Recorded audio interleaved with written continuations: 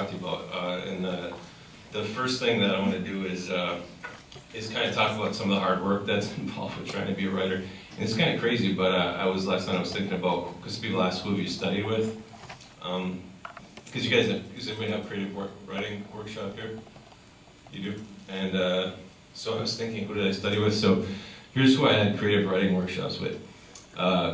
Eric Torgerson, Tim Connors, Sandra Seaton, Stephen McCauley, Arthur Holmberg, Jane Ann Phillips, Stephen Geller, John Casey, Christopher Tillman, Deborah Eisenberg, Stephen Cushman, Sidney Blair, Gregory Orr, Ansem Hollow, Arnie Johnston, Steve Pfeffer, Robert Evers, J.D. Nolan, Jamie Gordon, Richard Katrovis, Doug Grissom, Stuart Dybeck. That's 22 workshops that I've done. And if you're doing like one, fall, one spring, that would be 11 years. And that's so much studies I did. I did for my bachelor's, 2 masters, and PhD. That's 11 years of studying. And then I was listing the other people that I've done supplemental classes with. And I did classes with or learned from Ken Levine, who wrote for The Simpsons. David Isaacs also wrote for The Simpsons. Nelson George, Thomas Mellon, Sean Graney, Guy Stevenson, T.J. Jagogowski, Peter Gwynn, who wrote for Colbert Report, Noah Gregoropoulos, Darman Gregg, Susan Messing, Will McLaughlin, Jeff Griggs, Sharon Halpern, Pulitzer Prize finalist, I believe, Lee Blessing, Arlene Hun. So that's like 30 plus, and it's more like about 40 people I've studied with. It's been sort of my lifelong dedication that I just want to learn as much as I possibly can. I got accepted for a 3rd MFA program. And I didn't go to it just because people have been telling me I'm too overeducated. I need to calm down a little bit. So I don't think I'm going to do the 3rd one just because I need to be writing instead of studying it more. But because I've done so many programs, I've really come to I've done, maybe not as many as James Franco, but I've done a lot of programs. And I've kind of got to know some of the harsh realities of this world, of what you're trying to get into, or some of you. And so this is kind of interesting. I was reading a book, and it was, I can't remember if it was USC or UCLA, but they were studying some fiction, not fiction, some film and television students. I think it was 7 students. And they wanted to sort of follow them from beginning to end and see how many of them actually ended up in the film and television industry. So I'm just curious, for the people in this room, out of those 7 students, how many do you think actually got into TV or film as a writer? One? Maybe. We got a none over here. Anybody else? 3, 2? Was that in the corner? I heard. Was it? 3? Any other guesses? Okay, I'm going to answer it in a second, but one of the things that before I answer is I want to say this. When I was at Charles University of Prague, I studied with Tomas Kraus. I'm sure everyone's had like this professor who's just, it absolutely blows you away, and his parents were in the Holocaust, and we were learning about Jewish studies, and he was personalized the Holocaust in a way that it's just impossible not to do if you haven't had it sort of affect you so immediately. So when we were learning about it, it was one of the best classes I've ever had in my life. And he said after the Holocaust, how much, this is kind of a hard question for you, but what do you think the numbers were for total number of Jews that were homeless post-Holocaust? If you had to give a guess again, hard question, but what was that? Was it millions? All of them? And this is what his response was to me, and it blew my mind when he said it.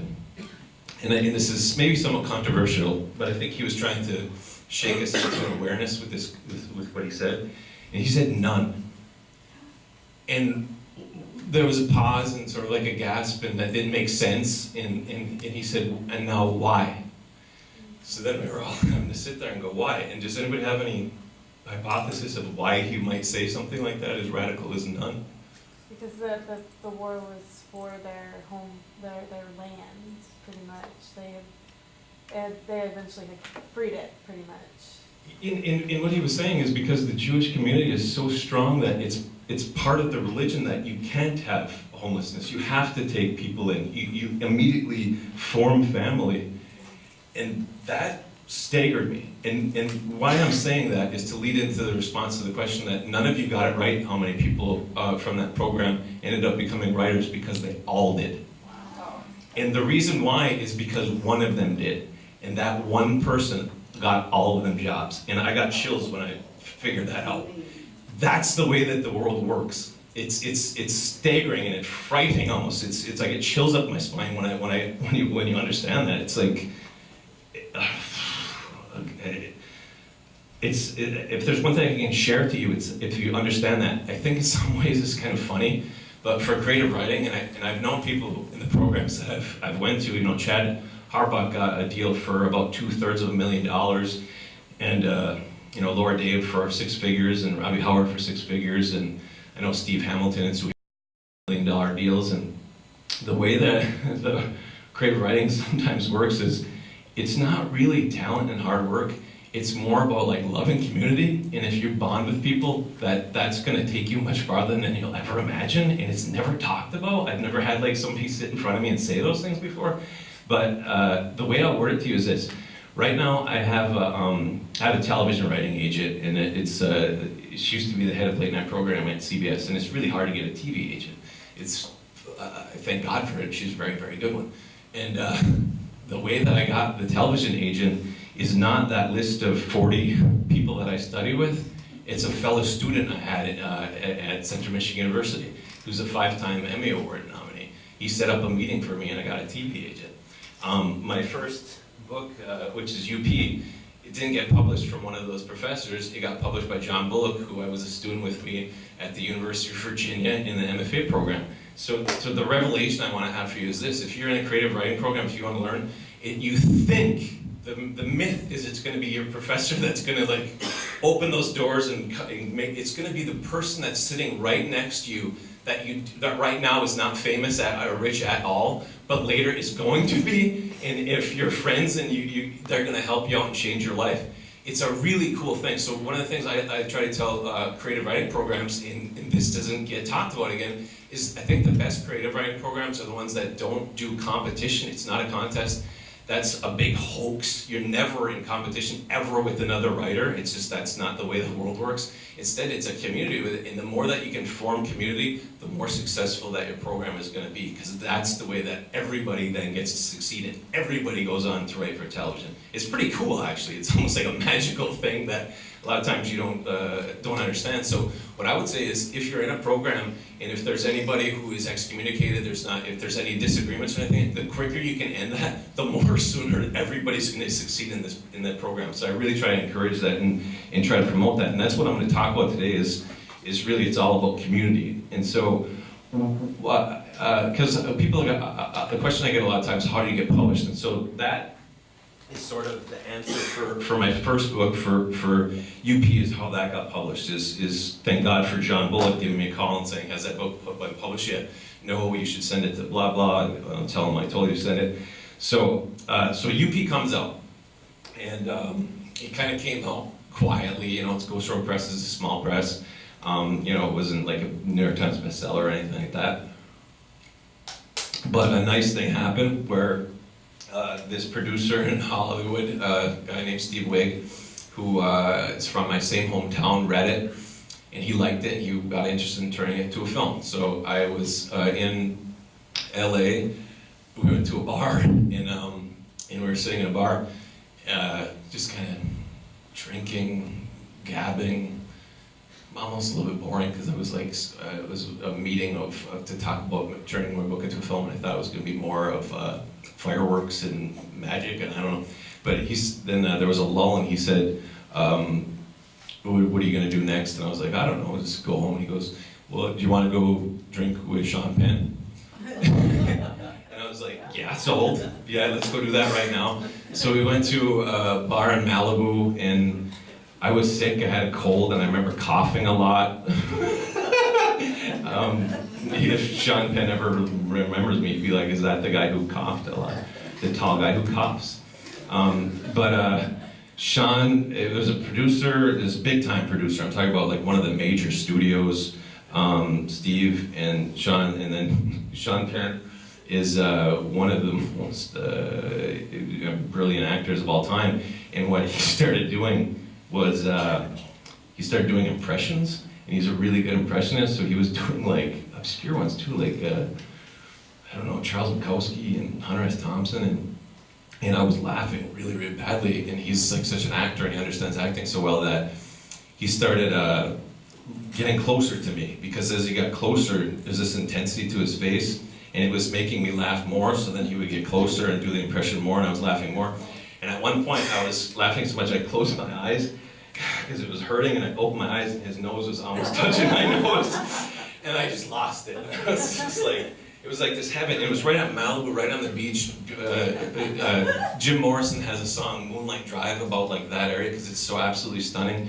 And it was this just beautiful moment for me that if you do writing and you're really dedicated, that sort of weird doors open up and you get to experience things you never thought you'd get to experience. And Stephen Geller, when I studied with him at Boston University, he's at Cannes Film Festival 1 for Slaughterhouse-Five, and he said that a big piece of advice he had for anybody who's doing writing is that when you write, whatever it is you write about is going to become your world in a way, an intense way that you don't even expect. And I found that to be very, very true. And what he said is, like, if you're doing screenplays and you do romantic comedy, and he said he's been on the sets of romantic comedies, and what you have is a lot of laughter and people falling in love and getting married, and it just naturally occurs because that's that energy there. And he said if you write a mafia film, you're going to have mafia types on that set, and get ready for mafia attitudes, and you know what I mean? And so for me, what I did is I wrote about the UP, and when the film interest started happening, I said, well, then let's go on a book tour, because now all of a sudden there was an audience. So I get a little bit nervous about appearing by myself, because I feel like I need to do a good job, and like if there's another person with me, if I suck, then I'm like, well, they screwed it up too, so I don't feel bad. That's why I like playing doubles tennis, not singles tennis. Like, oh, my partner lost it again in that game. And so we did this tour, and as we were doing the tour, we appeared in Negaunee, Michigan, and Negaunee is like this small little town, and there was an auditorium that was packed with like 500 people in a small city, and it was this huge, huge reception, and there was a real buzz off of it, and I had a revelation that when people do book tours, a lot of times they just appear by themselves, and I've done stand-up comedy when for a while I toured with Kramer Entertainment, and I kind of hated it in some ways, because you're just like in a hotel room by yourself, just watching, I don't know, Chopped again, and you already know who's gonna win. You know, I've seen this, and so it's a little bit boring, and so I was like, with book tour, I don't want to do that again. I don't want to just do the Chopped book tour again. And so I said the next year I started contacting people, and I contacted Steve Hamilton. Do you guys know Steve Hamilton in Texas? Nobody? In Michigan, he's just monstrously famous.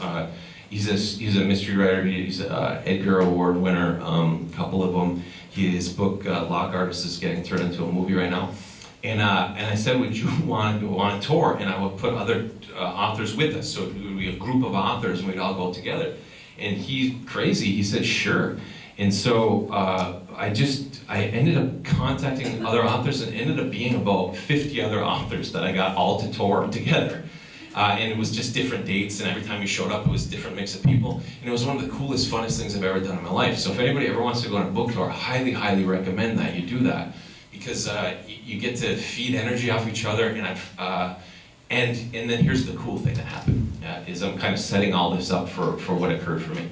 So we're appearing in Gwyn, which is a small little town, and it's me and like 4 other authors. And it was packed. It was a packed audience for small little Gwyn. And I got off the stage, and Russell McNaghy was there, and he's this guy who works at NME Press, and I said casually to him, you know, what I'd like to do is a collection of plays set in the UP. And he said, why don't you do that? And I was like, oh, okay, yeah, I'm thinking about it, but I want to have a publisher in it. And he said, I'll publish it. And I was like, that's the easiest book deal that ever happened. And then my gears were going, and I got ideas of some other anthologies, so I shot a proposal to Michigan State University Press. I shot one to Wayne State University Press. for rather than plays, to do fiction and poetry, because I thought I'll do a play one, let's do a fiction and poetry one. And so Wayne State University Press got back to me by the end of the book tour and said, sure, let's do that. And I was like, well, that's 2 book deals right now in the matter of a few days. This is craziness.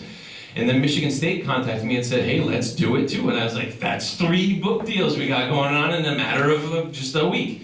And then the problem was Wayne State University Press and Michigan State wanted to do the exact same book, so you can't do that. And so I was talking with Michigan State University Press, and they said for Wayne State they want to do brand new writing, never before published, and for Michigan State they said, well, let's do it where it's the greatest writing ever published, and suddenly it was 2 different books. And then Michigan State said, how about if we do it as a 3 book deal? And so in the matter of a couple weeks, I had a 5 book deal with 3 publishers. And the critical thing that I'm trying to get across to people is the way that that occurred was because I had been so active and had set up this massive book tour and got involved with other people. And that's the way that the publishing industry works, is it's all about networking. And the more that you can do that, the more that all of a sudden all these windows are going to open up. How much time do I got, by the way? Do we have 20 more left, or we're 20 in? 20 left? Okay, good, because I got more to say. So is this interesting, by the way, for people? Okay. Because what I'm trying to do is, this is kind of funny. Is I went to a library in Florida, and I said, let's do Q&A. And somebody asked me this question about, how do I break in the television industry? And I said, for me to really answer that, you'd have to pay for me to appear. and I'm getting paid to appear, so now I'm gonna, anything you want to tell, I'll do any secret that I have. And for me, the big secrets that I've learned is this thing about community and networking. So anyway, what I did was, when this 5 book deal was happening with 3 different publishers, I'm very, very obsessed, and I love, is there anybody, this is a funny question, does anybody here absolutely just love Texas? I'm like that with Michigan, where I like, you can feel it in you, right? About how much you love your state. I am seriously like that, and that's one of the reasons why I was pumped to come here. Is that's kind of what I'm going to talk about, is the real, true love of community, and then doing something about it, because I don't like just talking about it. Yeah, I love Texas. Okay, well, what are you doing about it? And another revelation I had for me is I was volunteering at Gospel Mission in Michigan, and I was doing the food line stuff, and it was a kitchen and back. And I do like food. I'm a bit of a foodie, but I'm not that good of a cook. I mean, I'm trying to get better, but and so I just didn't feel like I was doing the thing that I could really, really do. You know what I mean? I was like, this isn't good enough. If I was a really, really good cook, I would be giving something back. So I kind of sat down and said, okay, what do I do? And I was an English PhD student, and I said, let's try like creative writing. And I went and approached them. I said, can I do that? And they were like, that's brilliant. And then all of a sudden, it was these people who were homeless and didn't have a voice with that, and they got very, very excited about writing about their homelessness. And then I got it now. I'm doing the thing I'm supposed to be doing. And it was a very different feeling from when I was in the soup kitchen. I felt like I was just, here's the ladle, I'm putting it down, and this isn't what my passion is. And so once I got on track for that, it was this revelatory moment for me. And so then I got the idea of okay, that's what I'm doing as far as this homeless shelter, but how do I expand that out to the state as a whole? And sometimes when I ask people from Michigan, who are your favorite Michigan authors, they can't name 3. And I'm sure in the state of Texas that's going to be the case too, that there's going to be people who can't really honestly name 5 Texas authors. And I wanted to change that. And so what I did was I set up several things, and it was a lot of work, and it was a lot of people giving me very, very negative feedback of, it's funny, if you have an idea, there's people who want to shoot it down, whether you even know fully what the idea is. And so I just wanted to come up with a lot of things to do, and one of the things I did was this, I call it the UP/Michigan book tour. Throughout the entire state, every year I've been setting up these extensive tours, so all these authors can get to know each other. And I've heard of other book deals happen from those sorts of things, and people getting invited to other colleges and getting paid, to appear. But I wanted to expand out from that. And here's, I think I'm talking to a Texas audience that probably can understand this too. I sometimes get upset about the way that kind of New York can dominate the consciousness of the entire country. And what I say with that is, when you look at like a New York Times bestseller list, those are exceptionally favoriting towards New York authors, New York settings, New York publishers, in a way that's not really fair, and it silences other parts of the country. So what I want to do with Michigan is I want to do a Michigan bestseller list. And my whole entire goal with this, and I started calling up, I'm just calling up bookstores and saying, would you like to do this? And I remember Brilliant Books in Traverse City saying, we don't see ourselves as a Michigan bookstore. And I was like, although I hate this is on video and I'll let them say that, but there were some bookstores that didn't want to be associated with Michigan because they want to see themselves as a national bookstore. And then there's other ones that were like Schuler Books and McLean and Aiken who love Michigan books and Michigan authors and want to promote that. So what I did was I started contacting different newspapers and saying, would you run this? And then getting all the bookstores to send me all their information. It doesn't take that much time. The original calls is really a pain in the butt, but now when I'm compiling it, it doesn't really take that much. It's just getting basically the 19 emails. Sometimes I gotta call up and say, please send your information. And then I tally them all up. Now here's the thing though, is the stores wanted to only send me their books that are their bestsellers, period, which are dictated by the New York Times bestseller list. So they were giving me the New York Times bestseller list, and I was just gonna publish it again as Michigan. I said, no, we can't do that. I only want Michigan books, Michigan publishers, or Michigan settings. And that changed the whole entire list, because now all of a sudden what I'm doing is when I send that list out to the Sioux Evening News and to the Q107 radio station and to Great Lakes Review and to the Morning Sun in Mount Pleasant, and they're publishing it, I'm letting people know who the heroes are of the state. And what I would love, and I really love this, please today when I leave, steal what I'm doing. Steal from me. I want somebody to get motivated and do this in the state of Texas. And if they're already doing it, great. If not, I would love a Texas bestseller list where it's just Texas authors, just Texas books. And the reason is, you're keeping the money in the state, and it's not all just going to New York. Instead, what you're doing is you're letting it's the identity creation to let you know that this is a place with very talented people who are doing some of the best literature. And the thing I like when I'm talking about Michigan and we're talking about Texas, I feel like one thing that we're kind of married. You guys are the oil industry, we're the auto industry, we have a marriage that you just, we were forever going to be wedded, whether or not, you don't think Texas and Michigan. But the other thing is this, Texas is bigger than France.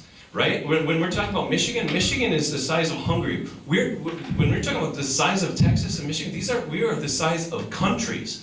So I would like to have that sort of mentality of understanding what we're offering to the world as a whole. And it's only if we change the mentality and don't just go by this New York Times dictated bestseller list and create our own culture and create the heroes that we have here so that people know your Cormac McCarthy's and Larry Murtry's at a very deep level. And what that also means is making sure that you're teaching these books in your schools, and so that it's locked into the consciousness and you understand how talented the people are here. So for me, Michigan bestseller list, that's the first step. Now since I've been doing that, the thing that's really powerful about that, some of the bookstores put those books in their store, that creates more people buying those Michigan books. It also creates this.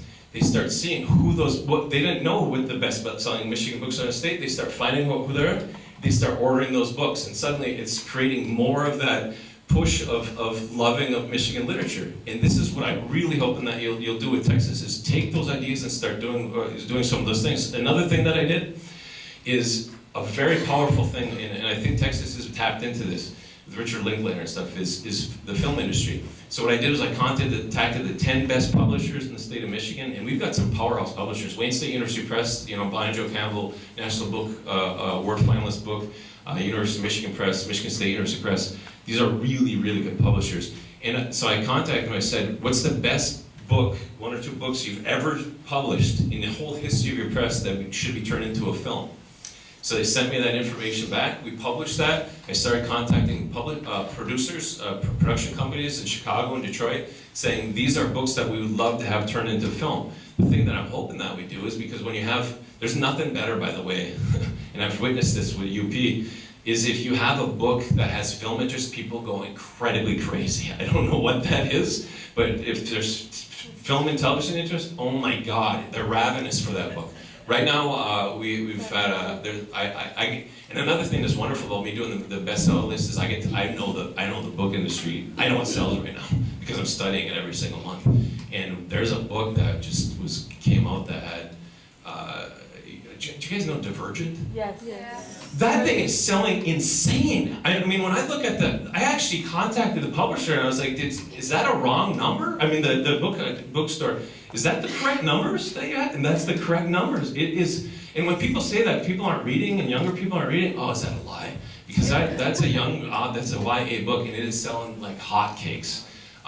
We've got a book that just came out this month too, Michigan book, Kim Harrison, her numbers are off the charts. So people are buying books, whether or not there's rumors that they're not. But let me keep on track for the point I was going to make. Oh, okay. So trying to do a collection. I would love it if somebody stole this. Contact the best bookstores in the state of Texas and do a list of books that have been turned into film that should be. And then producers are always on the lookout for stuff like that. And there's the possibility that you could have a film happen. The thing I love about when films happen, that's money. Where I come from, I don't know about you guys, but there's areas in the UP where I'm from in particular that are exceptionally hit hard for poverty. Where I'm from is I'm from Market County. Next to it is Baraga County. Baraga County had at one point the worst unemployment, not in the state of Michigan, but in the entire country. So I'm talking about just devastated. So when I do a book tour, we were at this one pasty shop. I don't know, do you guys know what pasties are? Yeah, it's a food. I don't know how to describe it. But this pasty shop was just packed with people because the authors were there, the people in the crowd were there. And it creates money and it creates jobs, it creates opportunities. So what I like about when I'm doing this sort of thing is I'm interested in economic prosperity for certain places and helping them out. And this is one way that I feel like to do it. So if it's having a film list like that, I would encourage people to do it. The next thing that I would do is, and actually I'll just jump to this, and I think Jeff and the Dean would like this, but there's two things you can do. One is taking your time to devote and try to help and volunteer for something like this, but then you would not believe how helpful it is when you have funding. When you give to a program like this, I feel like with a reading series like this, for myself even, as someone, I'm really trying to survive as a writer right now, period, and that can be a very hard struggle a lot of times. And it's been moments I was just telling Jeff that I had applied for a paramedic program because I'm a nationally certified EMT, and I had the book deals now coming with Michigan State University Press, and I actually was kind of telling my parents I might have to put those books on hold till I get through paramedic school, because the paramedic school was really hard. And then what happened was I found out that I had been a finalist for 4 awards, and I won the Library of Michigan award. And that's when I told my dad, I said, I'm going to drop out of paramedic school and keep going with the books, which he wasn't really happy about. But it's where I wanted to make sure that I stuck with what my dreams are and try to help out. And so the thing that I like about that, I mean, it's financially struggling, but the positive thing is I do feel like, in all honesty, I'm one of the most dedicated people in the entire state of Michigan towards that literature. And I do hope that it'll light a fire and that we can get more of that for Texas. The next thing, in tying in with that funding, is when you give, and it's amazing, you can give minimal amounts and they have huge repercussions. For the Michigan Poet Laureate thing that I'm trying to do right now, the Great Lakes Stake Review is, they're trying to get funding for that. So if anybody wanted to volunteer, give money to that, you can go to the Great Lakes Commonwealth. It's the Great Lakes Commonwealth of Letters, and you can give a donation because we're trying to get a Michigan Poet Laureate, which is a wonderful thing because I know from the Michigan bestseller list it's really hard to sell poetry. So having poet laureates is a beautiful thing. But financially donating, and it can be even minimal amounts. For myself, what I've been doing is when I sell a story, I have that money then go a lot of times funneled it into the poet laureate position. But if you can give that funding, you can do there's a heck of a lot that Jeff's been talking about, where the directions that they want to take this reading series and expand on it. And the thing that I like about it is a lot of times he's been bringing Texas authors in so that you can get to know them even better. And then the next thing I was going to say is, I know you have a Texas Poet Laureate, but I started a Upper Peninsula Poet Laureate, in a Russell Thorburn one. And the thing I like about that is poets, like I said, a lot of times they go ignored, and when you give them that sort of position, it created a lot of speaking agents for him. And you can do poet laureates for cities. So I would love it if, do you have one for Victoria? We need one. And that's what I would say is even if I just came here and that's all I did, I'd be very, very happy. Just if you could try to think about that's something you want to think about down the road. It's a very, very powerful thing, and it creates interest. And a lot of times it brings somebody wonderful here, or whoever that person is who's currently here, and getting the word out about them more. But trying to create a poet laureate. Are people from other states in here, by the way? Or everybody's from Texas? How do we go about that? How? Getting that Victoria poet laureate? How do you Okay. politics of it? There's two. We have a few poets in town. There's two responses to that. The first one is this: for the state of Michigan, that's been very, very hard, because now all of a sudden you're getting involved with politics, and politics get really ugly. And there's mythologies about how much things cost that aren't true at all. But what I did with the UP, it's not, I didn't go through political means. What I just did is I contacted 100 libraries and bookstores, and I said, who do you want to nominate? Then I got the whole list of nominees in. Then I contacted them back and I said, okay, from this list of nominees, who do you want to vote for? They voted for it. I got it down to, I think, like 5 finalists. Sent it out again with the 5 finalists. You now vote for that. Once that was in, it was done. I called up the local television show. I said, you want to announce it? Donald Hall, who's the previous poet laureate, made the announcement on the show, and they gave the award, and that's it. And then all of a sudden, speaking engagements are in place for that poet. It's really simple to do. The things that I'm doing are things, that's why I said, please steal them. They're not that hard to do, but the thing that's really nice about it is I see huge benefits for the people that are involved in terms of book sales, in terms of speaking engagements, stuff like that. It's a little bit time consuming on my part. My parents are getting sick of me. They're just like, would you just sit down and become a paramedic and quit doing this stuff that you're doing for the state of Michigan? But the beautiful thing about it is I want to fight for my state, and I want to let people know, because I really honestly believe that some of the greatest writers in the world are coming out of Michigan. From my book that's coming out with Michigan State University Press next year, I'm sure nobody's going to know this, but has anybody heard of Bamawawa Ngizikikwe? Jane Johnson's Schoolcraft.